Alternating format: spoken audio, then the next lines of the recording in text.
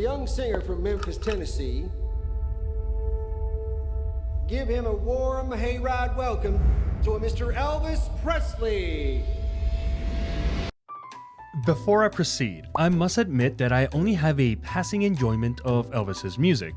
I am well aware of his importance, but my connection to his work is mostly casual, which largely stems from how ubiquitous it has become around the world. With that said, I went into this film rather curious, considering how Austin Butler's performance was gaining positive feedback during its pre-release. But I'm getting ahead of myself. This foray into the life of the king of rock and roll is the latest film of director/screenwriter/producer/viral hitmaker, Baz Luhrmann. Maybe you'll marry, maybe you won't.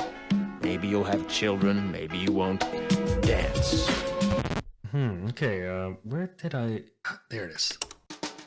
And if you've seen any of his previous films, you will know what to expect. But this biographical musical drama is not only about Elvis, but actually narrated from the perspective of his infamous manager, Colonel Tom Parker, played by Tom Hanks. And it's this detail that I struggle to reconcile with when attempting to formulate my overall opinions on the movie.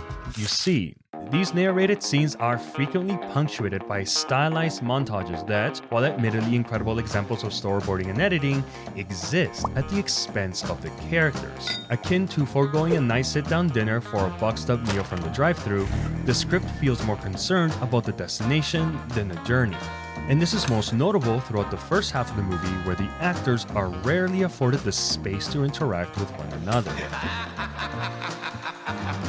They are pawns, restricted to fill out the screen for the purpose of progressing the narrative spun by the Colonel. And it's a shame, because Austin Butler gives the performance of his career, fully transforming into the embodiment and soul of Elvis Presley.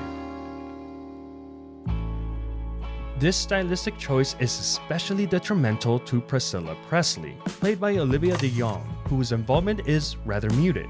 She, like the rest of the supporting cast, are simply boxes that must be ticked. A regrettable choice, considering how it only provides more screen time for the Colonel. And I wouldn't really say this falls on Tom Hanks either, who is more than capable of providing a standout performance. I just don't like the role he plays. Tom Parker is the film's villain, so having him be in charge of the narrative can be frustrating. Give me more Elvis. Give me more Austin Butler. If you're looking for trouble, you came to the right place.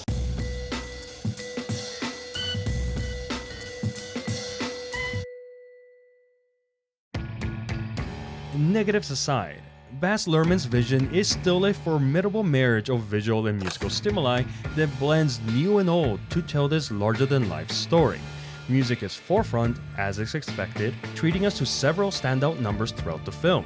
Again, I'm no expert when it comes to Elvis's life or career, but the scenes showcasing his most famous performances were nothing short of spectacular.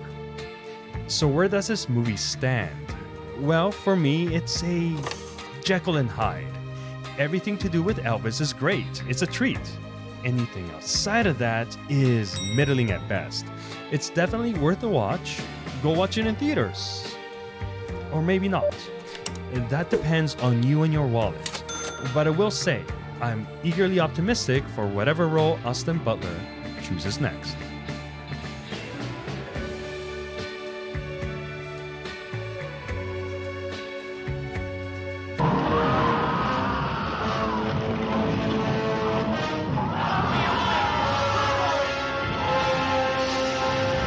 Maybe you'll dance the funky chicken on your 75th wedding anniversary. Whatever you do, stretch.